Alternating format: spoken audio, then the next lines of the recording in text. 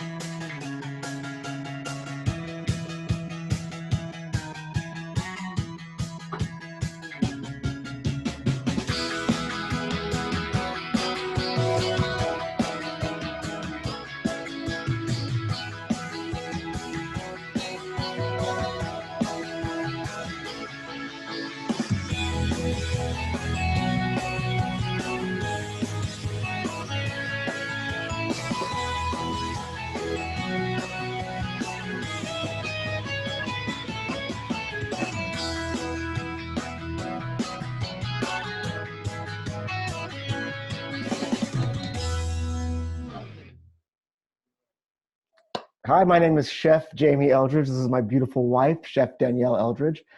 We are from the University of Arizona in Tucson, Arizona, and we cook for College Cuisine. And today we're going to show you how to make a delicious Southwestern Buddha bowl because, of course, Tucson is a home of the Southwest, and so why wouldn't we go that route? So first off, we're going to start with showing you how to start the protein for the bowl, which is going to be a beautiful New York strip steak that we have right here. It's about 2 inches thick, really, really good cut of meat. It's the kind of cut of meat you want to use for this because it is lean. And the idea of a Buddha bowl is to stay somewhat on the healthy side. And so a New York strip or a filet mignon, if you're really willing to spend that extra money, is really going to go a long way in the presentation and keeping this kind of healthy, which is the goal with a good Buddha bowl. After that, we're going to show you what to go on top of your Buddha bowl. What's fun about a Buddha bowl is you can pretty much top it with anything you want. So we're going to do a little accoutrement over here, and my beautiful wife is going to explain that right now. So I'm going to start with the basis, which is the rice. Although you think it might not be important, but cooking rice, a lot of people don't know how to do it correctly. A lot of people do it stovetop. I will teach you how to cook proper rice. I did live in Japan for 10 years, and so I know how to cook that rice. Yeah, she's a rice cooking expert. What can I say? She's got a lot of tips and tricks. So. And then we also have some toppings here that I'd like to show you. Everybody can change up the toppings. We have micro cilantro, we have black beans, some roasted sweet potatoes, which I'll also explain how we prepared those. We have some queso fresco here, avocado, and then to fill these last couple bowls, we just roasted some fresh corn and some roasted bell peppers. And I will tell you how to prepare those as well and how to clean them and have them ready for a topping. And so we're going to start with the steak because that is the first step to this recipe. It's also the best step on this recipe. So here we go with the first one. The first thing with making any type of Southwestern steak is you want to get a really, really strong marinade on it. You could do it without a marinade, but you're really not going to get those big, bold flavors that you're really looking for. So I'm going to show you how to do that right now. The first step you're going to do, one, is you're going to take a gallon bag. I have one right here. You can use a bowl. You can use, she has over here some of these little Pyrex dishes. You can use those as well. But I like this method using a bag. And the reason is because you can pull all the air out of it. And I'll show you that in a second. So starting with this, first off, I'm going to start with my acid. And really, that's what a marinade is. A marinade is some type of acid, vinegar or citrus juice, something along those lines that's going to kind of help tenderize the meat and make it really, really juicy and flavorful. So that's going to be your start. So we're going to start here. And we're going to do for a steak that's about, let's say, 8 ounces. Probably use 2 to 3 limes. So that's going to be where we start. So just like that. Let's do 2 more of these guys. We also have this thing. You have one of these at home. This It actually does. Very handy. It can be very handy. I'm an old school guy, so I do it old school ways. I don't have very strong hands. Yeah. So we're gonna go the lines like that. And then one of the big tricks with citrus, something that a lot of people miss, is getting the zest of it. Most of the flavor in citrus comes from the oils that are in the skin of the lime, or the lemon or the orange or whatever citrus you're using. And that's gonna bring big, big flavors to your party. So we're gonna start with that now. And you just wanna do maybe like a teaspoon or teaspoon and a half of it, but something that you know is gonna kind of stick to that meat. So there we go like that. Also this, if you don't, this is an old school tool. That, you don't need that. But this, if you don't have this, I suggest you go out and buy one right now. Microplane, not very expensive, great for grating citrus like I just showed. Also great for grating cheeses like Parmesan. If you don't have one, I recommend you get one because they are really, really invaluable. So we're gonna finish with the juice on this last lime. There we go. There you go. Thank you, my lovely assistant. So there's that. So now we have that. We're gonna build the rest of our flavors. So pretty much standard on any marinade is gonna be garlic, right? So you're gonna start like that. So you're gonna be tempted when you go to the grocery store to buy garlic that's already pre-cut or pre-diced or packed in oil. And just trust me, you do not wanna go that route, okay? Picks up weird flavors. The flavor, the texture of the garlic changes. You just don't wanna go that. So really easy. It seems like it's cumbersome, but it's not. Just take your knife and smash the garlic down. Plus fresh garlic, way cheaper. That's significantly cheaper. So you're gonna win-win. It's gonna be better flavor and it's gonna be more cost-effective.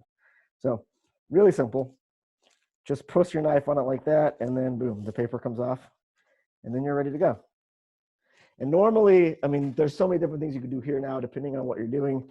You could chop it up really fine. You could slice it. There's tons of things you could do.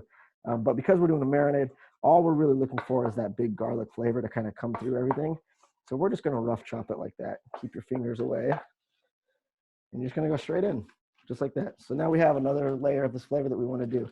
The next thing, chili powder and cumin powder, pretty much like the gold standard seasoning for Southwest or Tex-Mex. This is an ancho powder, and this is a really, really nice cumin that we got from a spice store.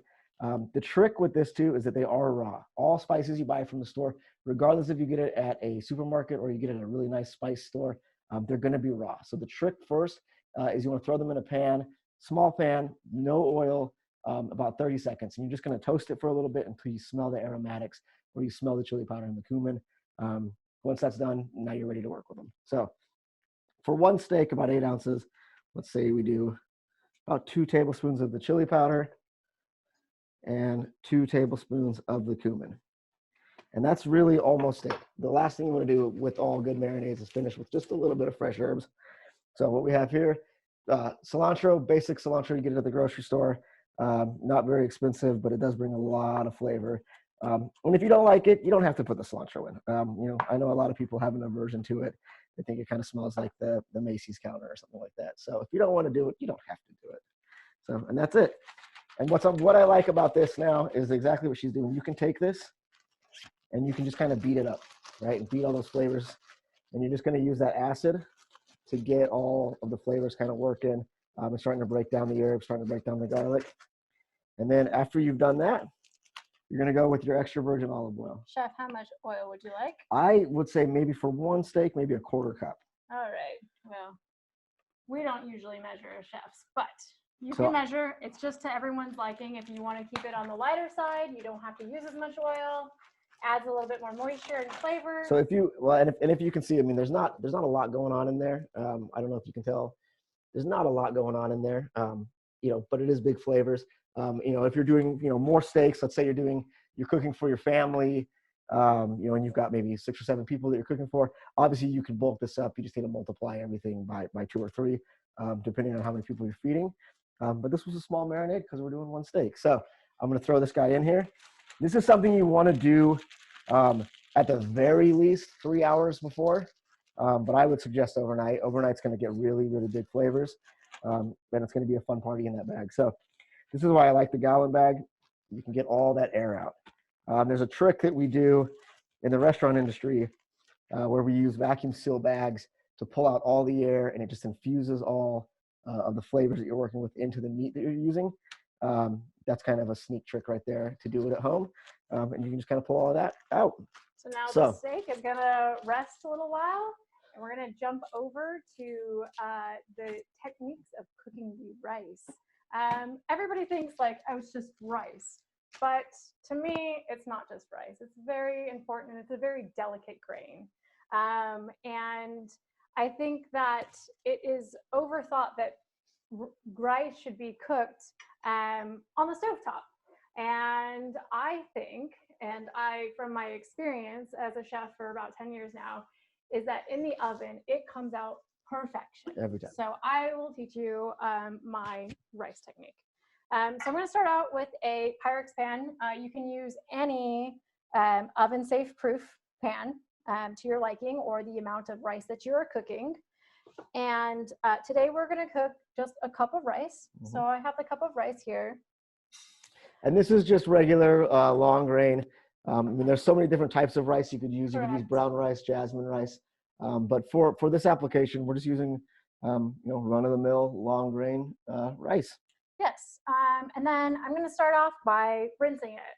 I know that on many directions it says rinse the rice, and people don't think that's an important thing because you're just, I don't know, like taking off the, germs or whatever's on the rice. It's very important because rice is very starchy, and getting that starch off the rice makes it to where if you've had rice before where it's very sticky and stuck together, this makes it very clean, and you notice the rice kind of separates, and it's a very beautiful rice the way it comes out. So I usually like to rinse it about 3 times. It really depends on the quality that you're buying or the type. Asian grain, like a cow roast rice, will be maybe 3 or 4 times we'd like to rinse it. As you can see, it's pretty milky water. So we strain that. No, look at this. We got a real rice cooking professional over here. I don't need no colander needed. No. That just takes so much time here. So I just like to run my fingers through it. Obviously, I've washed my hands many times. So, and like she said, you'll notice each time you rice it or you rinse it, the water gets less and less milky. And that's really what you're looking for. The rice is ready to go when it's almost clear when you're running the water off of it. Correct. And as Chef Jamie was bringing the colander over, you can also, if you have a colander at home, you can put the rice in that and rinse it as well. If this is kind of therapeutic for me as a chef. I enjoy this technique. It's her little Zen garden of rice. So I would say that's about good. There's still a little bit, if let's do it one more time just to show you. But as you see, the water is much clearer and is not as milky. And so we're ready to go. We've got that starch off of it, so it's not going to be incredibly sticky, and it's going to cook very evenly. And that's, if you've ever had, like she said, if you've ever had rice that the starch wasn't removed, it gets clumpy, it gets sticky, it's just not good, and you don't want to eat it again. So you can cook the rice with water. Today I'm going to use chicken stock. And the reasoning is just using stock, any stock. You can use vegetable stock, chicken stock, but using the stock just adds flavor. And you can make easy chicken stock at home, vegetable stock. When you're preparing any salads and you have leftover onions or celery or carrots or bell peppers or anything. Ginger, keep all those scraps, throw it in a pot, throw some water in it, boil it for a few hours, and it really enhances a lot of, if you're cooking soups. Rice or a soup. Yeah, Correct. Soups, rice. The application for stocks is endless. There's nothing more that chefs hate more than seeing people cook with water instead of stocks when they're so simple and easy to make. It's just something that adds a lot of flavor to dishes, and at the end of the day, you never really want to cook with water. So I know usually rice says 2 to 1. When I cook rice in an oven, you don't need as much moisture because we are going to be doing a 2-layer protection on this rice when we put it in the oven. We're going to do a saran wrap, and then we're going to do a foil wrap, which keeps all that moisture in. Whereas if you're cooking it on the stovetop, you're losing a lot of the moisture. It's evaporating. So we only actually need 1.5 cups of liquid to 1 cup of rice. So I'm going to add the stock. After the stock, I'm going to add a little, this is a tablespoon of extra virgin olive oil. I like to add a little butter just for flavor. You don't have to if you prefer to keep it healthy. A little butter just adds that extra. That je ne sais quoi. That yeah. I mean, it is, cooking really comes down to those little things, you know, that little small flavor that you wouldn't notice regularly that butter brings, you know, and it's things like that chefs use to kind of elevate chefs from everybody else. And that's, you know, a trick you want to use. So, and then I have a little salt. I only do about a cup of rice. I would say 2 teaspoons of salt. But that's also by preference. I don't like a lot of salt on things, and it really depends what I'm topping the rice with. So if I have a sauce that's kind of salty, I would probably put a little bit less jump salt. it back. Let's say you're making something and your sauce at the end is going to be like soy sauce based. Well, obviously soy sauce is really salty, so you maybe want to skip the salt entirely on the rice because you know you're going to have that salty element later in the dish. So. All right, so check this out. This is the method that is kind of a must in the oven. So a lot of people think it's crazy that you can put plastic wrap in the oven, but it's very doable. It just has to be covered with foil. But this is what keeps it from that moisture escaping this pan. So I'm gonna wrap it tightly with the saran wrap. And then I have my foil. Layer foil, cover that tightly so that there's no room really for that saran wrap to melt. And then I'm gonna pop this in the oven at about 375 degrees for 30 minutes. You know, if you don't have a clear pan like I have and you can't see, you really can feel the moisture. So if you wiggle the pan around a little bit, you will be able to feel if there's a little bit of water, and you can just leave it in the oven probably for another 5 minutes and should be done. It should be no longer than 35 minutes. The beauty about doing it in the oven, like she explained, was it's almost impossible to burn. You have to just really forget that you put it in there. Whereas doing rice on the stovetop, if you forget, you know, you can burn it rather quickly. This is really the best way to make sure that it's going to come out perfect every single time. And as long as you've rinsed it and added the adequate amount of oil, your rice is going to come out perfect every time. So. Okay, awesome. so next step. So the steak is still marinating. I would like to jump onto, I have all the toppings. Another topping that is really exciting for a rice bowl is Pico De Gallo. If you're not familiar with that, it's pretty much a fresh salsa. Very popular here in the Southwest. And it's really like 5 ingredients. The best thing about it is 5 ingredients, but it's all about the knife technique. And so I'm going to show you how I hold a knife and how I chop my tomatoes, because sometimes that changes the flavor profile of a Pico De Gallo. And she's being kind of modest about this. Her Pico De Gallo is legendary. My family requests it for pretty much every birthday, holiday. Anytime we have a get together, the first thing people ask is, Danielle, can you please make your perfect Pico De Gallo? I promise you it's beautiful. You'll see. So I like to start with Roma tomatoes. You can use any kind of tomatoes you like, anything that's in season, anything that's really nice. The nice thing about a Roma tomato is that there's not a lot of seeds in a Roma, and there's not a lot of natural juices. And so cutting this open, you're not going to have all those tomato juices. And instead, when we add our lime, that's kind of going to take over the flavor. So come in here and check out this knife skill. I'm going to move this bowl.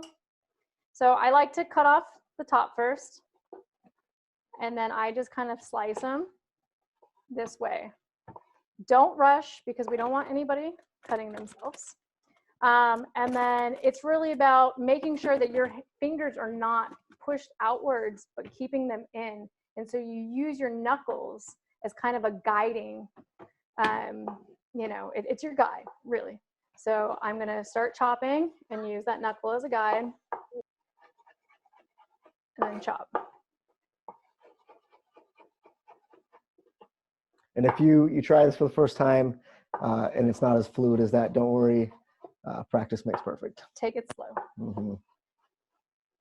I've had a lot of Pico De Gallo making experience, and I do it for about 200 people, so it's going to be a lot more, and so I've had that time to practice. So you have your small cuts of tomatoes. And so I know there's been many times maybe you've had a dish with Pico De Gallo and you have big chunks of tomato.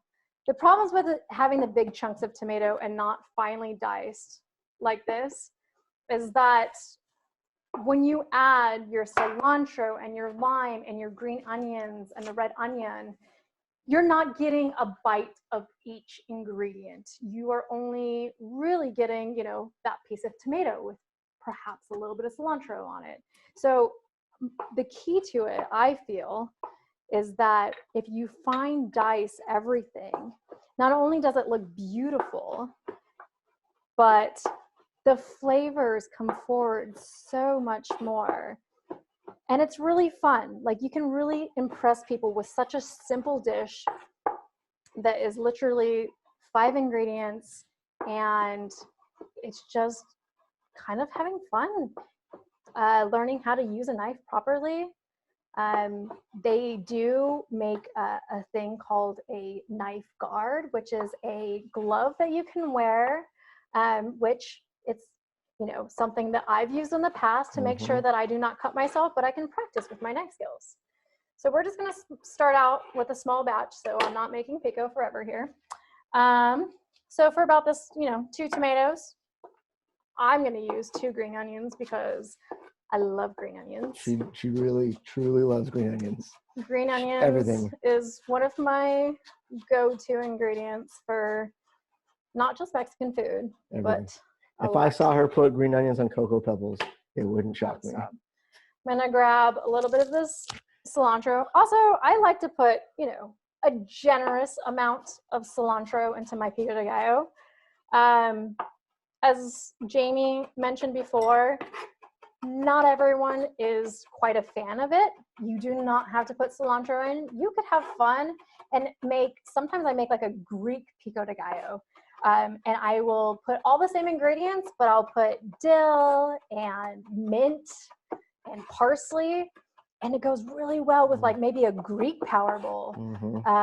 It's really diverse. You can do a lot with it. It's just about those fresh herbs, beautifully cut tomatoes, and then if you're doing not a Mexican Pico de Gallo, you can also put lemon as your citrus instead of the lime. But today we are Southwest, and we are going to go with the limes. So I'm going to use about, let's start with 3. Can I have the juicer? Oh yeah. I prefer to use one of these bad boys because I don't have very strong hands, and I do a lot of work with them, and so I don't like to tire them out trying to squeeze the lime. And it does. You can see she does get a lot of juice using that. It's easier. So if you have one, use it. If you don't, it's not the end of the world. So we're gonna go with that. The key here too is lime. Lime is a natural preservative, so it's going to keep everything very fresh. You can make Pico de Gallo and it can last in your fridge for a week, or if you feel even comfortable about it, more than a week. Sometimes I have Pico de Gallo in my refrigerator for 2 weeks, and it's like chili. It gets better as it sits. It does. All those flavors just kind of combine. I call it getting happy. But yeah, after a couple of days, the onion, the garlic, the lime juice, it really does come together, and it just gets happier. So this is the last step. It's to everyone's preference, but you can use white onion, or you can use red onion. I love the red onion, and the reason I prefer the red onion is because it's beautiful. It just adds another color. Sometimes the white onion gets lost. The red onion just like adds another color to it. It's also a little mellower than a white onion. You know, if you've ever had a burger or a sandwich that somebody put just raw sliced white onions, it can be really, really aggressive. Whereas, you know, a red onion is going to be a little bit more palatable, not so aggressive. And that's why you see it used, you know, more often on hamburgers and sandwiches and things like that. So. Okay, so another thing, camera. Cutting an onion. A lot of people question, like, how do we cut an onion? Well, I'm going to show you that right now. You're going to cut against the grain and then down so that we get nice little cuts. So I'm going to just use my finger as a guide and just kind of cut through the onion here. And obviously you can go thicker for certain ingredients, but this I want a really small, nice dice. And so the way she's cutting this, or how she's explaining it, the onion is in layers like this, and so it's basically already cut. And if no, please don't cut my hand, sweetheart, I love you.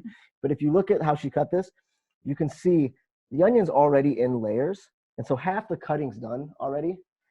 So when you do what she just did, now you're just cutting against where it's already cut this way, right? So now you already have this, and the beauty by cutting this way is that now you know you're going to get very uniform slices or dices with every cut. And so she's going to show that now next. So some chefs do this, some chefs don't. You can also cut through the onion this way, which makes it also a finer dice, so you don't have every onion.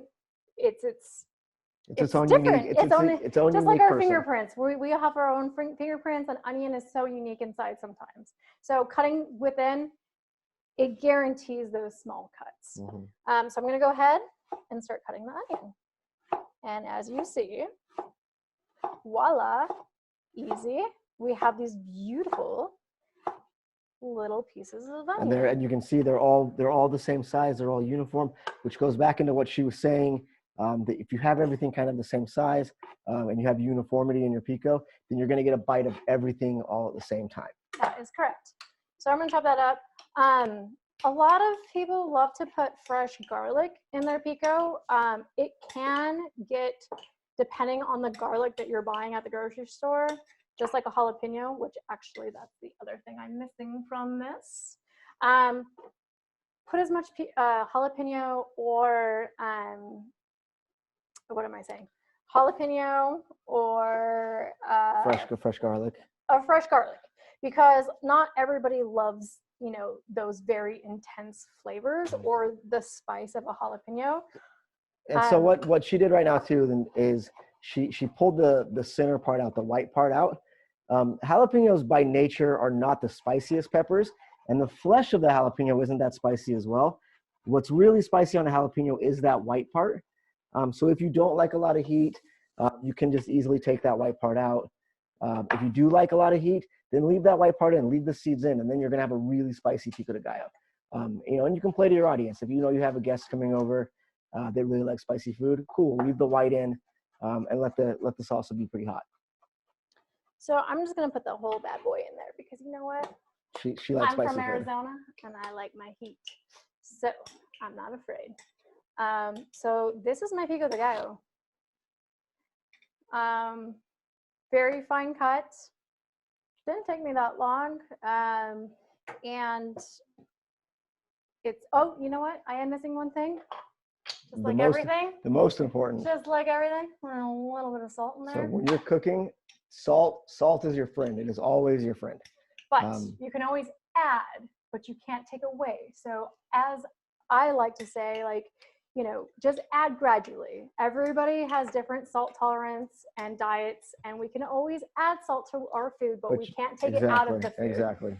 So just start gradual with that, and that's really on preference. Mm-hmm. I'm going to jump over really quick and finish these toppings, and then Chef Jamie will show you the How, steak. how to do the steak, the best part. This is really quick. I'm just going to show you. We're going to just do a little bit. I'm going to finish my prep over here, and then we're going to jump to the steak. Roasted some corn.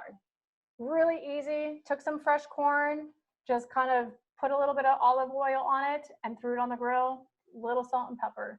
Nothing to it. You can always add a little bit of cumin or chili powder or whatever seasonings that you prefer. But for this actual bowl, I like to keep it kind of simple because we are going to have a dressing and the rice is also going to be dressed, and we have this marinade for the steak.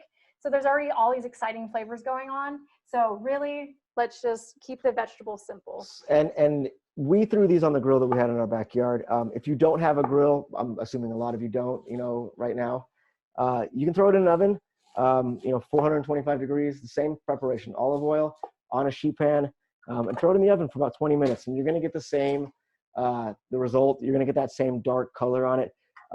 Corn is loaded with sugar, high fructose corn syrup. You guys know the drill on that. The good thing about sugar is it caramelizes, which is a great flavor in itself. And that's where that color comes from on the corn. So if you have a grill or you do it in the oven, you are going to still get that really dark mahogany color. And that's what you're looking for in a roasted corn. So I'm going to do that. And then the last one of our toppings that we have prepared is the roasted bell peppers. And this was actually a tri-colored pepper. It was really beautiful before we grilled it, but it's still going to be really tasty. So after grilling it, the skin kind of just falls off. Falls right off. So try to get most of that skin off. It's not going to kill you if you leave some skin on. Oh, no. I mean, the skin on vegetables is actually pretty good for you, and vitamin-wise. So it's just preference. It's texture, So we get some of that skin off. I personally like to leave some of it on because of those vitamins, and I'm just kind of a health nut, and so I don't mind the texture of it. And then I'll just put it, we can do it diced or you can do strips. I personally, for a Southwest bowl, a Buddha bowl, I like to do it diced so that you get bites of everything. You can get avocado, black beans, red bell pepper, everything in one bite. And this adds a lot of natural sweetness to the dish. Actually, you can see that like in the inside of this pepper, it was so gorgeous. It's a red and mixed yellow bell pepper. So that's really nice. Can I have a bowl for this? I'm already on it, sweetheart. Perfect. Thank you very much. You're welcome. All right, so those are the toppings that we have for today. We're gonna move over to preparing the actual steak for the Buddha bowl. Voila. So we're gonna start rocking on the best part, which is the steak, or at least my favorite part. And so through the magic of television, we have a steak over here that was marinating overnight. We did about 12 hours on this guy, and he is the exact same marinade. And now you can see the difference in the color. The color on that now has kind of turned almost this like brownish pink hue, and that's just indicating that all those flavors and that acid from the lime juice have actually gotten into the steak.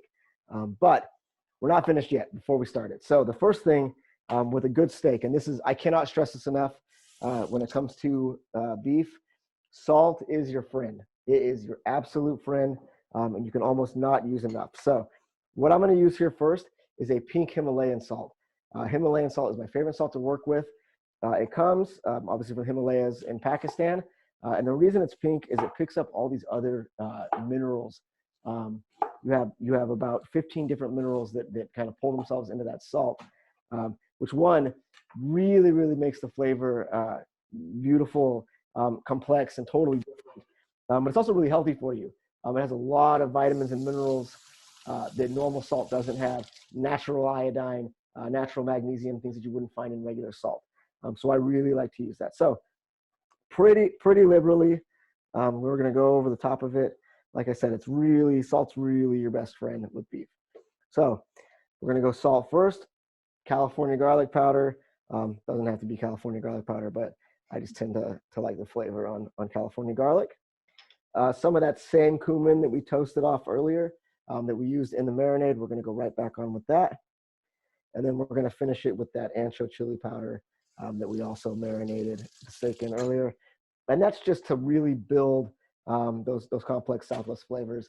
You know, obviously you did have a lot going in the marinade, but there's nothing wrong with beefing that back up. So over here, we've got a cast iron pan on the grill that's been heating up. It should be pretty close to where we want it to be.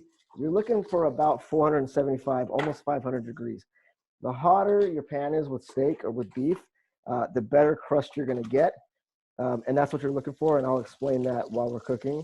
But that's really what you're looking for.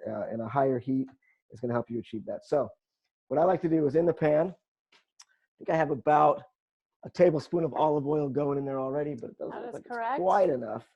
So we're going to go a little bit more. I'm going to start by throwing some raw garlic right into the oil, okay? And that's going to help us season that oil. And that oil is going to pick up a lot of that raw garlic flavor. And that's just going to help infuse some more flavor into the steak, which is really, really good. So get that going, moving around the pan. And you can see it's kind of hopping and skipping and jumping all over the place. And that's great. That the sugars and the caramel are already starting to caramelize, which means that pan is super duper hot. So now we're going to go steak. And I want to go season side down, and you can hear it. If you don't hear that big sizzle to start with, you're going to be in a world of hurt, and you're never going to achieve that crust. So now we have the steak going on that side. We're going to go back and do the exact same seasoning we did on this side. So that's that pink Himalayan salt. This is that ancho chili powder right here. A little bit of that toasted cumin we got right here.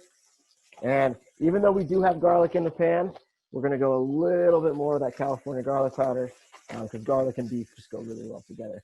And that's pretty much it. So we're going to let that steak sit there for maybe about 2 minutes to really, really, really pick up that crust. And I mentioned this kind of earlier about the sugar and the corn. Everything has natural sugar in it, including steak. And what you're looking for is to caramelize those sugars that are on the outside of the steak. Once those sugars start to break down, that's when you're going to get a crust, and that's where you're going to get that really, really big, juicy beef flavor that you're looking for in a good steak.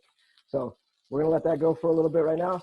Might be about 1.5 to 2 minutes, and then we're going to do it on the other side. We're going to do 2 minutes again. And then really, at that point, we're going to finish in the oven, and you can take it to as far as you want to take it. If you like, rare, great. Leave it at rare. If you don't, you want a little bit more on the well side, you can leave it in the oven for as long as you want. And really, it's kind of up to your choice. Cooking steak is really up to the person cooking it. Everybody has their own preference, and I do not judge anybody for liking well-done steak. So if you want to come back over here, because that's going to take maybe a minute, we'll start talking about some of these other toppings that we have. Queso fresco, sweet potatoes, avocado, black beans, things like that. I can definitely take that over. Well, thank you, sir. So yeah, some of these toppings, as we know, black beans, very high in protein, very high in fiber, really tasty.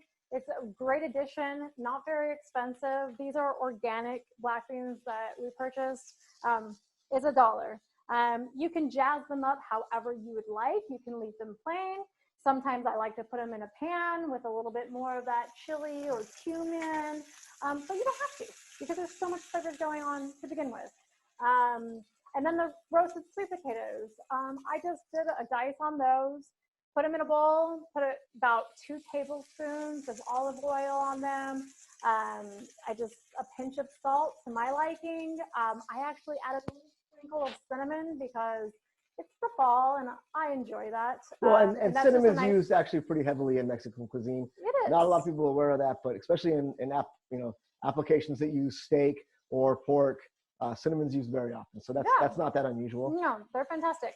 So cinnamon and that's really it. Very simplistic. You can even add a little bit of maple syrup to them, just enhance the sweetness. And that's depending on, what your diet is at the time. I like to add them sometimes I'm on a diet and I don't add the extra sugar, but they have so much natural sugar and they're so healthy. We also have this Queso Fresco. You can use any kind of shredded cheese. Queso Fresco is very light in flavor, but it's just a really nice addition to one of these bowls. Queso Fresco is almost like the Mexican equivalent of mozzarella. Correct. It's a very high moisture cheese. And it's if you've ever had mozzarella like like burrata or a small mozzarella or a caprese salad, it's very mild in flavor. Mozzarella is very mild, and queso fresco, kind of similar pattern in flavor. It's also very mild, but that's what you're looking for in something that's going to have this many flavors. Avocado, pico de gallo, roasted red peppers. Sometimes cheese can become the star. If it's too funky, if it's too strong, it can kind of become the star and take over. And that's why queso fresco works really well here. If you want to come back over here, the steak is probably ready to flip now. And that is perfect. That's exactly what we're looking for. So you can see all that crust. That's all the sugars in the beef caramelizing. And that is exactly what we're looking for. Now, you don't have to do this part. But I personally think it makes a world of difference to add some whole unsalted butter to your pan. And we're going to use that to baste our steak. Again, not the healthiest way to cook a steak. So if you do want to leave it out, no one's going to judge you for being healthy. I sure as heck won't. I personally say no, thank you every time he cooks his steak that way, and I don't. So it does add that extra richness. We've got this really beautiful crust on this one side. The other side is building that beautiful crust. And while the other side is building that crust, we're going to take all of that beautiful garlic oil that we made. And now it's infused with that butter, and we're just going to go slowly over the steak with it. And that's just going to, one, continue to help cook the outside and maintain that crust, but it's also going to bring that really nice garlic and buttery flavor to the steak. Little tricky, kind of takes a while to master this technique, but once you get it down, it really, really does make a world of difference on the flavor and on the texture of the outside of the beef. So to me, it's something that you should really kind of explore and have fun with. So kind of feeling it. So when you get to where I've been cooking for almost 20 years now, you can kind of feel when the steak is done. But if you want to really be accurate, and I highly recommend this, go out to just your local grocery store and buy a meat thermometer. It's going to be your best friend in determining the type of steak you want. If you want it well done, if you want to make sure it's rare and not overcooked, this is going to be your best friend. So we're going to tempt this guy right now, and I'm guessing he's probably a little bit under rare. And right now, and this is why cooking steaks often causes that to happen because it is such a smoky application. But we are going to throw them in the oven because we have them at about 100 degrees right now. So we want to get them up to, I like my steak for this application medium, which is about 130, 135. So we're going to pop that in the oven and let it get to about 135, which will take, at 100 degrees right now, it's probably going to take about 2 to 3 minutes. So he's just going to go right in. And we're just going to let him cook. And while that's cooking, now we get to the fun part. We actually can start thinking about building our bowl. The last and final ingredient to a Buddha bowl, or to a successful Buddha bowl, in my opinion, is having a really, really solid dressing to go over the top of it. Kind of like a Southwestern salad dressing, but it just kind of rounds all those flavors, brings all those flavors in together. So we're going to do that guy right now. So first thing with any successful salad dressing is you want to start with your acid. And again, keeping with that Southwestern theme, we're going to go limes. So I actually want to take my wife's advice and go with the limer. So I'll do 1/2. And again, if you don't have one of these, it's not the end of the world. I did the marinade without it, but it does make your life a little easier. And man, that steak smells so good right now. I almost took a bite of it at 100 degrees. So we're going to do the second lime, and then we're going to show, again with the microplane, to get all that nice lime zest in there to, again, build some bigger flavors on this dressing. So we're going to take our microplane, and it's really simple. It looks kind of like it's a little daunting, but it's not. And you just kind of lightly go over the top of it like that. And again, like I said, that just adds so much flavor to the dressing.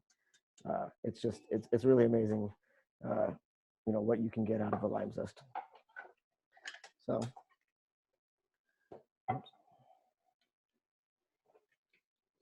more acid. Thank you. Mhm. All right, so that's going to be the base to our cilantro lime dressing. There is one more that found its way I'll take it. into the side here. All right, so a bunch of lime juice. Now, lime juice obviously is going to be really sour and really acidic, and the way that you're going to balance that out is a little bit of honey. This is local Tucson area orange blossom honey. Really, really beautiful stuff.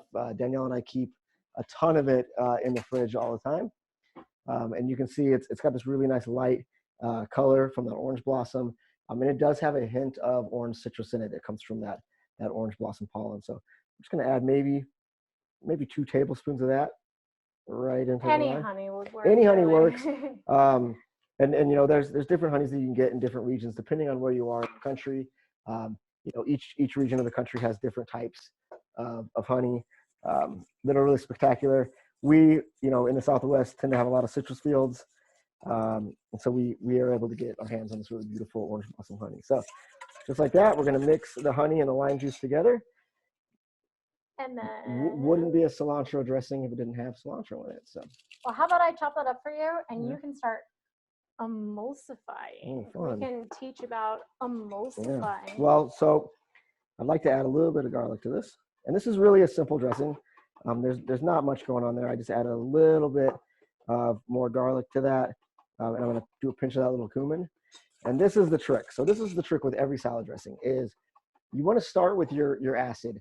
So we're using lime juice, but if you were using like balsamic for balsamic vinaigrette, or you using red wine vinegar for Italian vinaigrette, you'd start with your acid first, build it with flavors, you know, garlic, honey, mustard, whatever you want to put into it. You know, it's kind of open to however you want to do it with a salad dressing. The key to it though is the end. Is you're going to add extra virgin olive oil, and how you get that rich, creamy, kind of unctuous salad dressing feel is just by adding it slowly. So I'm going to start whisking, just regular baking whisk. Start whisking, and I'm going to slowly add this olive oil. And what I'm doing is I'm breaking up all of that oil into little bubbles, and it's getting coated around that lime juice. You can kind of almost think of like a lava lamp that, you know, oil and water don't play nice together. But if you can break that water up into tiny, tiny, tiny little drops, or oil up into little tiny drops, then you can kind of make like almost a thick, what we call an emulsification. Mayonnaise is made the same way. Here we go. Teamwork makes the dream work. And so lots of things are made like this. Hollandaise sauce, mayonnaise is made like this.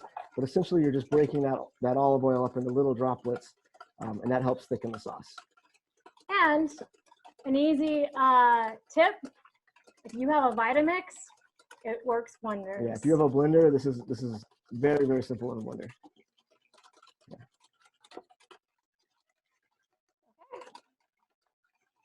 Looking good. Awesome.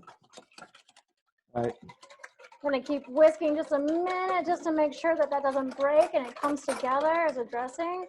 And then you can pull the steak out. Of course, you want to taste this to make sure that it has enough salt and enough honey. And it's beautiful. Oh man, that's really yummy. Okay, so what we're going to do, he's going to pull the steak out. We have this really fun Southwest dressing here. There's our dressing. Hello. All right, so the steak is just about done. Here's my meat thermometer, and we're going to check and see where it's at right now. But it should be perfect. And we were looking for 135. And if you can check out right there, I don't know if you can get close enough, but we are right at 135. So we are perfect. Now, we're going to take the steak and we're going to set it over on the cutting board. We're going to let it rest for a second. And that is pretty much the most important part to serving steak, is making sure that you rest it. When you're cooking the steak, all the juices just kind of go around. They spill outside. You break down the proteins inside. And all these chemical reactions take place inside. And that can really screw with the juice inside the steak. You don't want to lose that. If you've ever been somewhere to a restaurant or someone's house and the steak was really, really dry, more often than not, it's because they didn't let the steak rest. Even a well-done steak, which is notoriously, not juicy, or the idea is it's not juicy. Even a well-done steak should be juicy if you let it rest long enough. So we're gonna let that sit for a second. And over here, we're going to start actually building our Buddha bowl. All right, so here's our rice. Took it out of the oven. It's perfect. I'm going to grab a spatula really quick here, and let's check this out. Look how beautiful that rice came out. It's just perfect. There's no mushiness to it on the bottom. That's how you want your rice. You don't want, you know, sticky bottoms. Yep. And that's what tends to happen when you cook it in a saucepan. So what I like to add at the end of this for a Southwest bowl, and you can do it all different ways. If you're doing Mediterranean style, add some lemon, you know, add whatever you want, or keep it very basic. I just like to put just a little bit of lime on there just to add that extra flavor. And actually, you know what? On this last lime, add just a little bit of that Going back zest, to that zest that adds so much flavor. And it makes it look really pretty. It's kind of like this beautiful confetti to add to your rice. I love that. I love adding, you know, green onions, cilantro. Well, just adding color to your dish goes a long way. There's an old adage that we say in the restaurant industry: you eat with your eyes before you eat with your mouth or your stomach. And if food looks good, you're automatically going to assume it tastes good.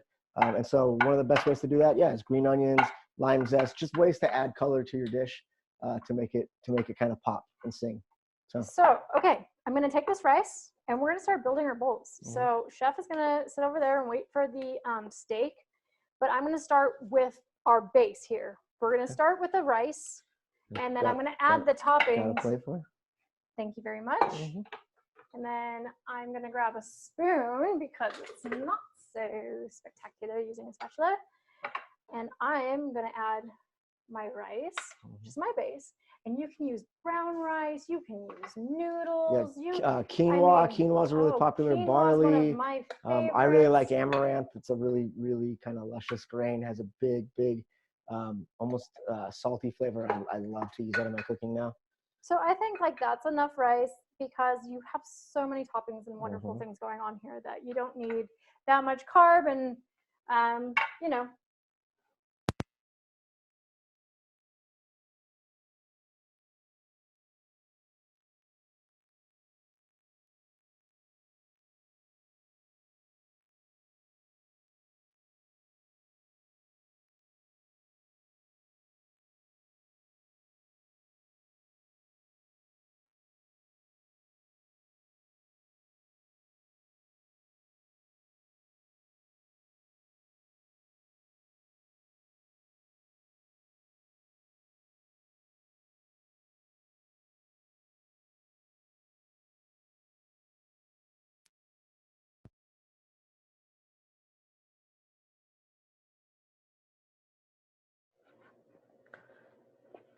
And I would say maybe the whole shebang, or Realistically, this meal could feed, I think, three people, 4 people. With only one steak. So that looks like it's good enough for me. Yeah, no, it's beautiful. So let's take this guy.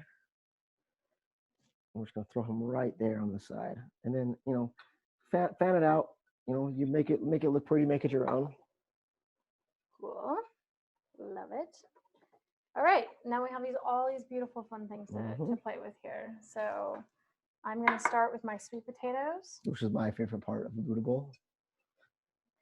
I mean, sweet potatoes are good in any Buddha bowl. It doesn't matter if it's Greek or if it's Southwest or, I mean, shoot, there's so many different applications you can use sweet potatoes for. And then you have your beans. I mean, this is protein loaded. Yeah, it's proteins on top of proteins. And then with minimal carbs, with minimal carbs. And the carbs you're using are still vitamin rich, especially if you're using brown rice. Sweet potato is very vitamin rich. We have our beautiful avocados here. Yeah. If you have somebody over that you're cooking for and you're trying to impress, you can always make a beautiful avocado little fan and spread it out. That would be very nice. The bells. We got the bell peppers here. And then I would just go pico and queso. I'm actually going to go pico down the steak because you know what? Yum. I like it. And then we just garnish that. Queso Fresco. And we're going to finish this with that little cilantro vinaigrette. Yep. And then I have like these nice very beautiful little micro cilantro. Microgreens have become really popular in cooking. As of like the last 5 years. And they're very easy to get. Most supermarkets have them now. And it's really great for presentation. But it also brings like a really mild flavor. This is my micro cilantro, so it does have that cilantro flavor, but it's very mild. So you're not going to offend those anto All right. cilantro people that we were talking Let's about. do the So drizzle. we're going to do the drizzle over the top, just like that. All right. Voila. And that is a Tucson, Arizona style Buddha bowl with grilled New York strip and a bunch of toppings. And I want to eat it. So thank you guys so much for joining us today. We've had so much fun cooking for you. We've been with College Cuisine for a long time, and it's such a pleasure to cook for everyone. And this is just one of our favorite things to do. So again, I'm Chef Jamie Eldridge, Chef Danielle Eldridge. Thank you for coming into our home, and we will see you next time, if there is a next time. Thank you so much. Bye. Have a great night.